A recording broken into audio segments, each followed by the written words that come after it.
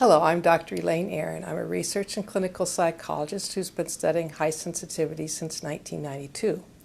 High sensitivity is an innate trait found in about 20% of people and in almost about that percentage in animals as well, and it's found in as many men as women.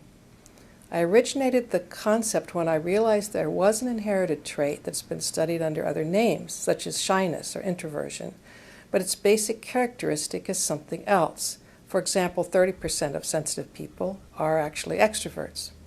A person who is highly sensitive has an innate tendency to process information more carefully, to study a situation thoroughly before acting.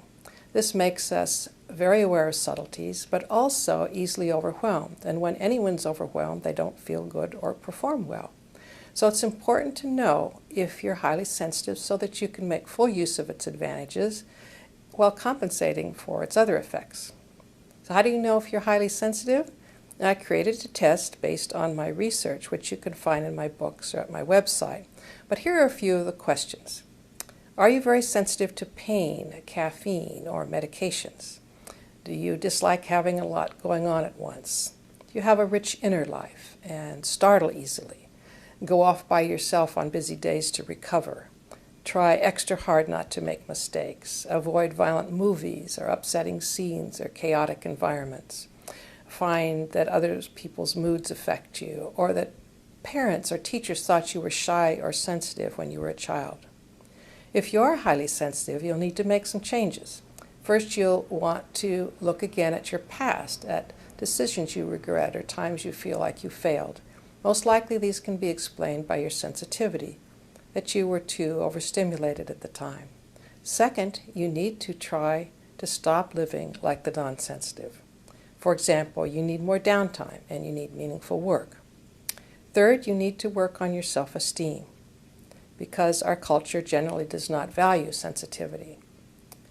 And fourth, being highly sensitive does affect your relationships. Others will need to understand that certain things about you, such as your need for downtime and for gentler remarks, are beyond your control. You will see that a non-sensitive friend and partner also cannot help the way they are, but can complement your own temperament nicely. Fifth, if you've had a troubled childhood, you will be more anxious and depressed than non-sensitive people. If you did not have a troubled childhood, however, you are no more likely to have these problems than anyone else. Indeed, there is some evidence that you will be better off than others. Finally, if you're raising a sensitive child, you really need to be well informed about how to do that. For example, your child will do better with fewer outside activities than other children, and punishment must be gentler. So that's high sensitivity, and I hope this information will be helpful.